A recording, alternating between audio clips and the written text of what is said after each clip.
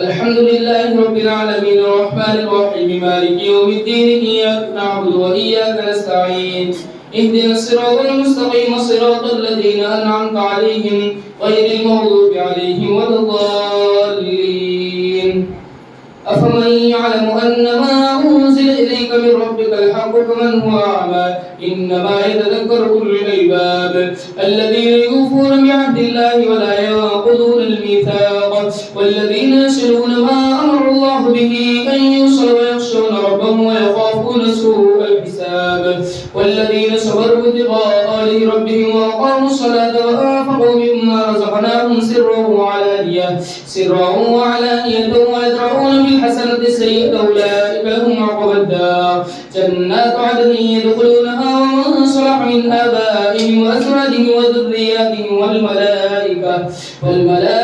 يدخلون عليهم من كل باب سلام عليكم بما صبرتم فنعم عقبى الدار والذين ينقضون عهد الله من بعد ميثاقه ويقطعون ما أمر الله به أن يوصل ويفسدون في الأرض أولئك لهم اللعنة ولهم سوء الدار الله يبسط الرزق لمن يشاء ويقدر وفرحوا بالحياة الدنيا وما الحياة الدنيا في الآخرة إلا متاع ويقول الذين كفروا لولا أنزل عليه آية من ربه قل إن الله يضل من يشاء ويهدي إليه من أناب الذين آمنوا وتطمئن قلوبهم بذكر الله ألا بذكر الله تطمئن القلوب الذين آمنوا وعملوا الصالحات طوبى لهم وحسن مآب كذلك أرسلناك في أمة قد خلت من قبلها لتتلو عليهم الذي أوحينا إليك وهم يكفرون بالرحمن قل هو ربي لا إله إلا هو عليه توكلت وإليه متاب ولو أن قرآنا سيرت به الجبال أو قطعت به الأرض أو كلم به الموتى بل لله الأمر جميعا أفلم ييأس الذين آمنوا أن لو يشاء الله لهدى الناس جميعا ولا يزال الذين كفروا تصيبهم بما صنعوا قارعة أو تحل قريبا من دارهم حتى يأتي وعد الله إن الله لا يخلف الميعاد ولقد استهزئ برسل من قبلك فأمليت للذين كفروا ثم أخذتهم فكيف كان عقاب أفمن هو قائم على كل نفس بما كسبت وجعلوا لله شركاء قل سموهم أم تنبئونه بما لا يعلم في الأرض أم بظاهر من القول بل زين للذين كفروا مكرهم وصدوا عن السبيل ومن يضلل الله فما له من هاد لهم عذاب في الحياة الدنيا والعذاب الآخرة أشق وما لهم من الله من واق مثل الجنة التي وعد المتقون تجري من تحتها الأنهار وكلها دائم وظلها تلك عقبى الذين اتقوا وعقبى الكافرين النار والذين آتيناهم الكتاب يفرحون بما أنزل إليك ومن الأحزاب من ينكر بعضه قل إنما أمرت أن أعبد الله ولا أشرك به إليه أدعو وإليه مآب وكذلك أنزلناه حكما عربيا ولئن اتبعت أهواءهم بعدما جاءك من العلم ما لك من الله من ولي ولا واق ولقد أرسلنا رسلا من قبلك وجعلنا لهم أزواجا وذرية وما كان لرسول أن يأتي بآية إلا بإذن الله لكل أجل كتاب يمحو الله ما يشاء ويثبت وعنده أم الكتاب وإما نرينك بعض الذين نعدهم أو نتوفينك فإنما عليك البلاغ وعلينا الحساب أولم يروا أنا نأتي الأرض ننقصها من أطرافها والله يحكم لا معقب لحكمه وهو سريع الحساب وقد مكر الذين من قبلهم فلله المكر جميعا يعلم ما تكسب كل نفس وسيعلم الكفار لمن عقبى الدار ويقول الذين كفروا لست مرسلا قل كفى بالله شهيدا بيني وبينكم ومن عنده علم الكتاب ألف لام را كتاب أنزلناه إليك لتخرج الناس من الظلمات إلى النور بإذن ربهم إلى صراط العزيز الحميد. الله الذي له ما في السماوات وما في الأرض وويل للكافرين من عذاب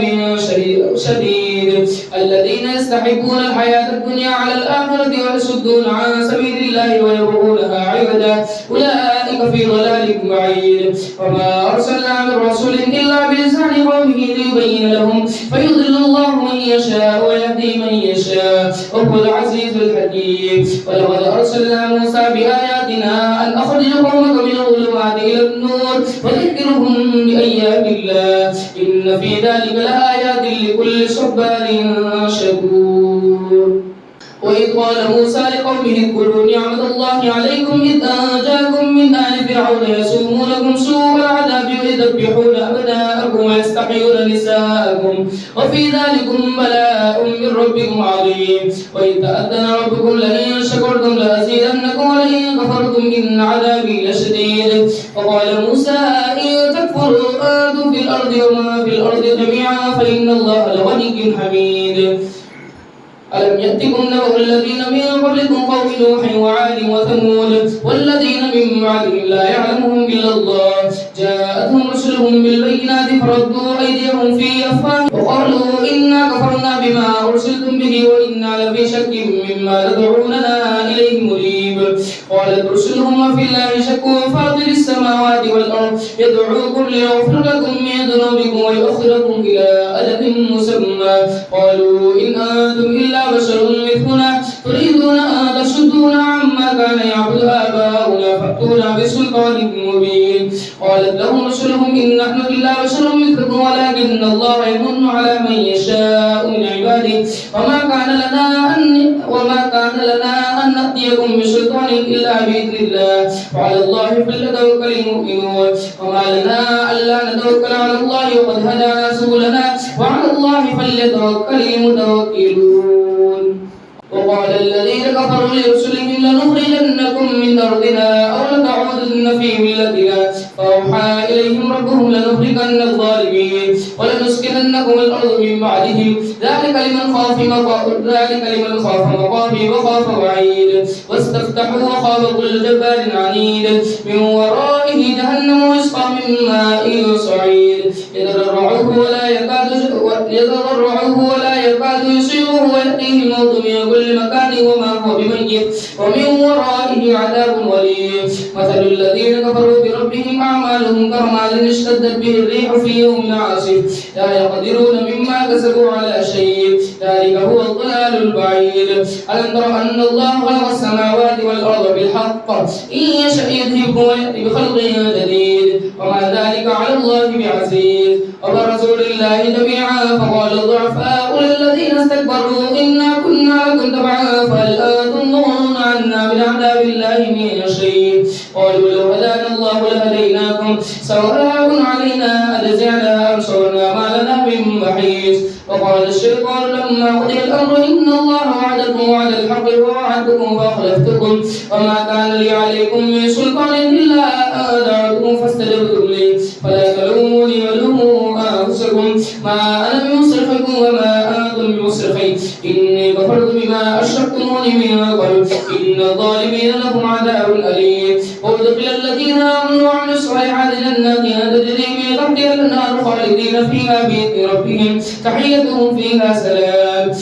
ألم تر كيف ضرب الله مثلا كلمة طيبة كشجرة طيبة أصلها ثابت وفرعها في السماء تؤتي أكلها كل حين بإذن ربها ويضرب الله الأمثال للناس لعلهم يتذكرون. ومثل كلمة خبيثة كشجرة خبيثة اجتثت من فوق الأرض ما لها من قرار يثبت الله الذين آمنوا بالقول الثابت في الحياة الدنيا وفي الآخرة ويضل الله الظالمين ويفعل الله ما يشاء. ألم تر إلى الذين بدلوا نعمة الله كفرا وأحلوا قومهم دار البوار جهنم يصلونها وبئس القرار وجعلوا لله أندادا ليضلوا عن سبيله قل تمتعوا فإن مصيركم إلى النار. قل لعبادي الذين آمنوا يقيموا الصلاة وينفقوا مما رزقناهم سرا وعلانية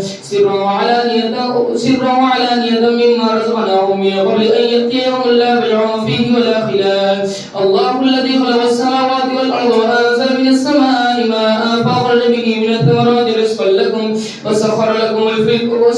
لكم الفلك لتجري في البحر بأمره وسخر لكم الأنهار وسخر لكم الشمس والقمر دائبين وسخر لكم الليل والنهار وآتاكم من كل ما سألتموه وإن تعدوا نعمة الله لا تحصوها إن الإنسان لظلوم كفار. وإذ قال إبراهيم رب اجعل هذا البلد آمنا واجنبني وبني أن نعبد الأصنام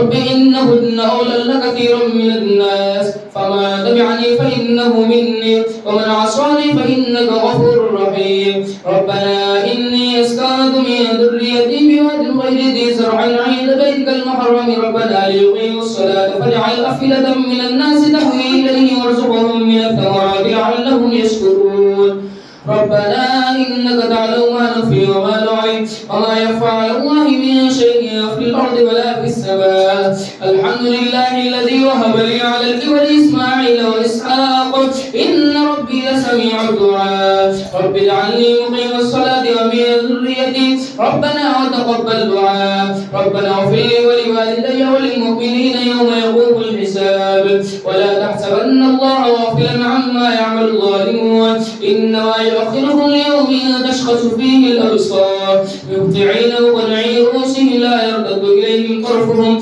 وأفئدتهم هواء. وأنذر الناس يوم يأتيهم العذاب فيقول الذين ظلموا ربنا أخذنا إلى أجل قريب نجب دعوتك ونتبع الرسل أولم تكونوا أقسمتم من قبل ما لكم من زوال فسكنتم في مساكن الذين ظلموا أنفسكم وتبين لكم كيف فعلنا بهم وضربنا لكم الأمثال. وقد مكروا مكرهم وعند الله مكرهم وإن كان مكرهم لتزول منه الجبال. فلا تحسبن الله مخلف وعده رسله إن الله عزيز ذو انتقام.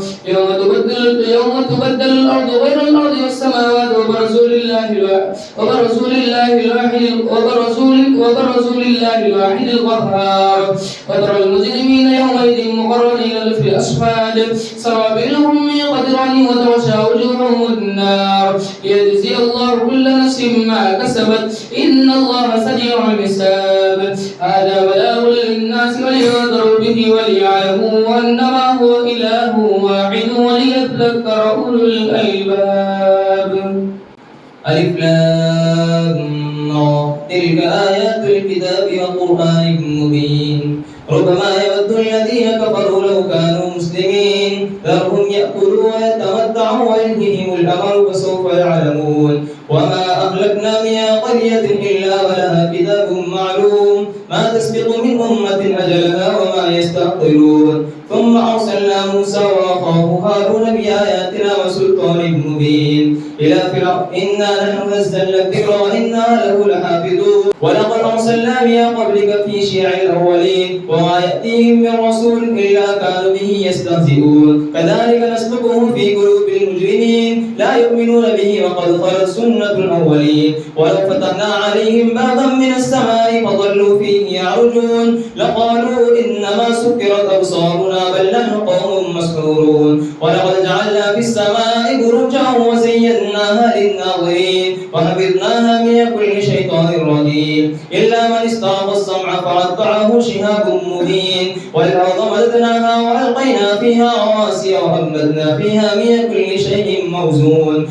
وجعلنا لكم فيها معايش ومن لستم له برازقين وإن من شيء إلا عندنا خزائنه وما ننزله إلا بقدر معلوم. وأرسلنا الرياح لواقح فأنزلنا من السماء ماء فأسقيناكم وما أنتم له بخازنين وإنا لنحن نحيي ونميت ونحن الوارثون. ولقد علمنا المستقدمين منكم ولقد علمنا المستأخرين وإن ربك هو يحشرهم إنه حكيم عليم. ولقد خلقنا الإنسان من صلصال من حمأ مسنون والجان خلقناه من قبل من نار السموم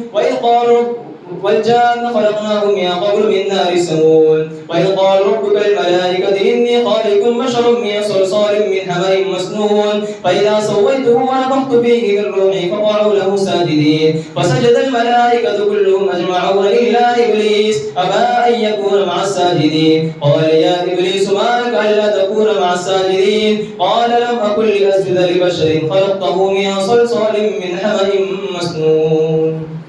قال فاخرج منها فإنك رجيم وإن عليك اللعنة إلى يوم الدين قال رب فأنظرني إلى يوم يبعثون قال فإنك من المنظرين إلى يوم الوقت المعلوم قال رب ما أغويتني لأزينن لهم في الأرض ولأغوينهم أجمعين إلا عبادك منهم المخلصين قال هذا صراط علي مستقيم إن عبادي ليس لك عليهم سلطان إلا من اتبعك من الغاوين وإن جهنم لموعدهم أجمعين لها 7 أبواب لكل باب منهم جزء مقسوم إن المتقين في جنات وعيون ودخلوها بسلام آمنين ونزعنا ما في صدورهم من غل إخوانا على سرر متقابلين لا يمسهم فيها نصب وما هم منها بمخرجين نبئ عبادي أني أنا الغفور الرحيم وأن عذابي هو العذاب الأليم ونبئهم عن ضيف إبراهيم إذ دخلوا عليه فقالوا سلاما قال إنا منكم وجلون قالوا لا تخجل إنا نبشرك بغلام أليم قال بشرتموني على أن مسني الكبر فبم تبشرون قالوا بشرناك بالحق فلا تكن من القانتين قال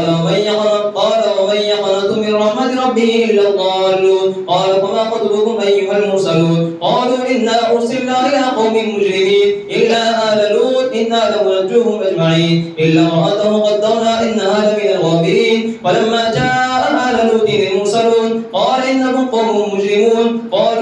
فلما جاء آل لوط المرسلون قال إنكم قوم منكرون قالوا بل جئناك بما كانوا فيه يمترون وأتيناك بالحق وإنا لصادقون فأسر بأهلك بقطع من الليل واتبع أدبارهم ولا يلتفت منكم أحد وامضوا حيث تؤمرون وقضينا إليه ذلك الأمر أن دابر هؤلاء مقطوع مصبحين وجاء أهل المدينة يستبشرون قال إن هؤلاء ضيفي فلا تفضحون واتقوا الله ولا تخزون قالوا أولم ننهك عن العالمين قال هؤلاء بناتي إن كنتم فاعلين لعمرك إنهم لفي سكرتهم يعمهون فأخذتهم الصيحة مشرقين فجعلنا عاليها سافلها وأمطرنا عليهم حجارة من سجيل إن في ذلك لآيات للمتوسمين وإنها لبسبيل مقيم إن في ذلك لآية للمؤمنين وإن كان أصحاب الأيكة لظالمين فانتقمنا منهم وإنهما لبإمام مبين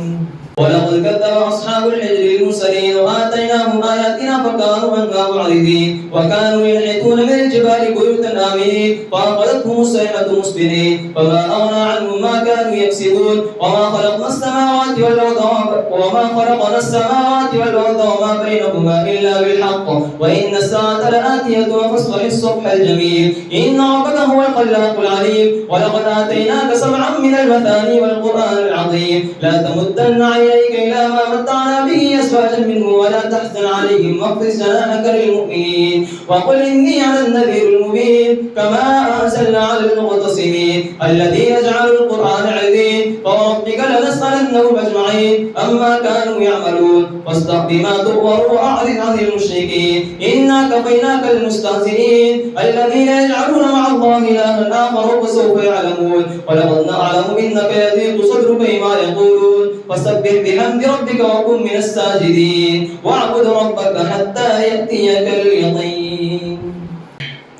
أتى أمر الله فلا تستعجلوه سبحانه وتعالى عما يشركون ينزل الملائكة بالروح من أمره على من يشاء من عباده أن أنذروا أنه لا إله إلا أنا فاتقون خلق السماوات والأرض بالحق تعالى عما يشركون خلق الإنسان من نطفة فإذا هو خصيب مبين والأنعام خلقها لكم فيها دفء ومنافع ومنها تأكلون ولكم فيها جمال حين تريحون وحين تسرحون وتحملوا أثقالكم إلى بلد لم تكونوا بالغيه إلا بشق الأنفس إن ربكم لرؤوف رحيم والخيل والبغال والحمير لتركبوها وزينة ويخلق ما لا تعلمون وعلى الله قصد السبيل الليل ومنها جائر ولو شاء لهداكم أجمعين. هو الذي أنزل من السماء ماء لكم منه شراب ومنه شجر فيه تسيمون ينبت لكم به الزرع والزيتون والنخيل والعنب ومن كل الثمرات إن في ذلك لآية لقوم يتفكرون. وسخر لكم الليل والنهار والشمس والقمر والنجوم مسخرات بأمره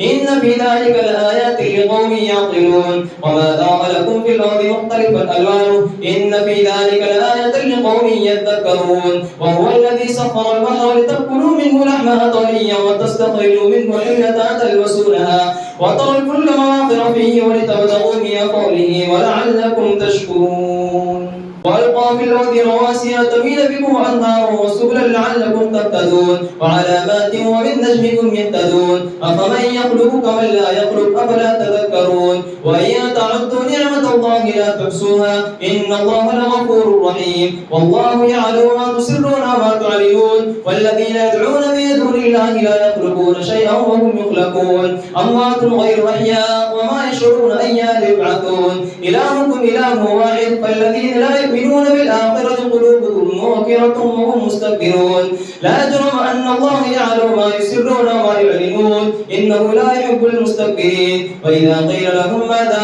أنزل ربكم قالوا أساطير الأولين ليحملوا أوزارهم كاملة يوم القيامة ومن أوزار الذين يضلونهم بغير علم ألا ساء ما يزرون. قد مكر الذين من قبلهم فأتى الله بنيانهم من القواعد فخر عليهم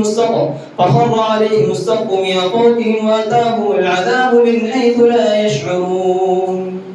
ثم يوم القيامة يخزيهم ويقول أين شركائي الذين كنتم تشاقون فيهم قال الذين أوتوا العلم إن الخزي اليوم والسوء على الكافرين الذين تتوفاهم الملائكة ظالمي أنفسهم فألقوا السلام ما كنا نعمل من سوء بلى إن الله عليم بما كنتم تعملون. فادخلوا أبواب جهنم خالدين فيها فلبئس مثوى المتكبرين. وقيل للذين اتقوا ماذا أنزل ربكم قالوا خيرا للذين أحسنوا في هذه الدنيا حسنة ولدار الآخرة خير ولنعم دار المتقين. جنات عدن يدخلونها تجري من تحتها الأنهار لهم فيها ما يشاءون كذلك يجزي الله المتقين. الذين تتوفاهم الملائكة طيبين يقولون السلام عليكم ادخلوا الجنة بما كنتم تعملون. الذين هل ينظرون إلا أن تأتيهم الملائكة أو يأتي أمر ربك كذلك فعل الذين من قبلهم وما ظلمهم الله ولكن كانوا أنفسهم يظلمون. فأصابهم سيئات ما عملوا وحاق بهم ما كانوا به يستهزئون. وقال الذين أشركوا لو شاء الله ما عبدنا من دونه من شيء نحن ولا آباؤنا ولا حرمنا من دونه من شيء كذلك فعل الذين من قبلهم فهل على الرسل إلا البلاغ المبين. ولقد بعثنا في كل أمة رسولا أن يعبدوا الله واجتنبوا الطاغوت فمنهم من هدى الله ومنهم من حقت عليه الضلالة فسيروا في الأرض فانظروا كيف كان عاقبة المكذبين. إن تحرص على هداهم فإن الله لا يهدي من يضل وما لهم من ناصرين. وأقسموا بالله جهد أيمانهم لا يبعث الله من يموت بلى وعدا عليه حقا ولكن أكثر الناس لا يعلمون. ليبين لهم الذي اختلفوا فيه وهدى ورحمة لقوم يؤمنون. إنما قولنا لشيء إذا أردناه أن نقول له كن فيكون. والذين هاجروا في الله من بعد ما ظلموا لهم بأنهم في الدنيا حسنة ولأجر الآخرة أكبر لو كانوا يعلمون. والذين صبروا وعلى ربهم يتوكلون. وما أرسلنا من قبلك إلا رجالا نوحي إليهم فاسألوا أهل الذكر إن كنتم لا تعلمون. بالبينات والزبر وأنزلنا إليك الذكر لتبين للناس ما نزل إليهم ولعلهم يتذكرون. أفأمن الذين مكروا السيئات أن يخسف الله بهم الأرض أو يأتيهم العذاب من حيث لا يشعرون أو يأخذهم في تقلبهم فما هم بمعجزين أو يأخذهم على تخوف فإن ربكم لرؤوف رحيم أولم يروا إلى ما خلق الله من شيء يتبين ظلاله عن اليمين والشمائل سجدا لله وهم داخلون ولله يسجد ما في السماوات وما في الأرض من دابة والملائكة وهم لا يستكبرون يخافون ربهم من فوقهم ويفعلون ما يؤمرون وقال الله لا تتخذوا إلهين اثنين إنما هو إله واحد فإياي فارهبون وله ما في السماوات والأرض وله الدين واسبا أفغير الله تتقون وما بكم من نعمة فمن الله ثم إذا مسكم الضر فإليه تجأرون ثم إذا كشف الضر عنكم إذا فريق منكم بربهم يشركون ليكفروا بما آتيناهم فتمتعوا فسوف تعلمون ويجعلون لما لا يعلمون نصيبا مما رزقناهم تالله لتسألن عما كنتم تفترون ويجعلون لله البنات سبحانه ولهم ما يشترون وإذا بشر أحدهم بالأنثى ظل وجهه مسودا وهو كظيم يتبارى من القوم من سوء ما بشر به أيمسكه على هون أم يدسه في التراب ألا ساء ما يحكمون للذين لا يؤمنون بالآخرة مثل السوء ولله المثل الأعلى وهو العزيز الحكيم ولو يؤاخذ الله الناس بظلمهم ما ترك على ظهرها من دابة ولكن يؤخرهم إلى أجل مسمى فإذا جاء أجلهم لا يستأخرون ساعة ولا يستقدمون ويجعلون لله ما يكرهون وتصف ألسنتهم الكذب أن لهم الحسنى لا جرم أن لهم النار وأنهم مفرطون الله لقد أرسلنا إلى أمم من قبلك فزين لهم الشيطان أعمالهم فهو وليهم اليوم ولهم عذاب أليم ما أنزلنا عليك الكتاب إلا لتبين لهم الذي اختلفوا فيه وهدى ورحمة لقوم يؤمنون والله أنزل من السماء ماء فأحيا به الأرض بعد موتها إن في ذلك لآية لقوم يسمعون وإن لكم في الأنعام لعبرة نسقيكم مما في بطونه من بين فرث ولبن لبنا خالصا سائغا للشاربين ومن ثمرات النخيل والأعناب تتخذون منه سكرا ورزقا حسنا إن في ذلك لآية لقوم يعقلون وأوحى ربك إلى النحل أن اتخذي من الجبال بيوتا ومن الشجر ومما يعرشون ثم كلي من كل الثمرات فاسلكي سبل ربك ذللا يخرج من بطونها شراب مختلف ألوانه فيه شفاء للناس إن في ذلك لآية لقوم يتفكرون وهو الذي خلقكم ثم يتوفاكم والله خلقكم ثم يتوفاكم ومنكم من يرد إلى أرذل العمر لكي لا يعلم من بعد علم شيئا إن الله عليم قدير والله فضل بعضكم على بعض في الرزق فما الذين فضلوا برد رزقهم على ما ملكت أيمانهم فهم فيه سواء أفبنعمة الله يجحدون والله جعل لكم من أنفسكم أزواجا وجعل لكم من أزواجكم بنين وحفدة ورزقكم من الطيبات أفبالباطل يؤمنون وبنعمة الله هم يكفرون ويعبدون من دون الله ما لا يملك لهم رزقا من السماوات والأرض شيئا ولا يستطيعون فلا تضربوا لله الأمثال إن الله يعلم وأنتم لا تعلمون ضرب الله مثلا عبدا مملوكا لا يقدر على شيء ومن رزقناه منا رزقا حسنا فهو ينفق منه سرا وجهرا هل يستوون الحمد لله بل أكثرهم لا يعلمون وضرب الله مثلا رجلين أحدهما أبكم لا يقدر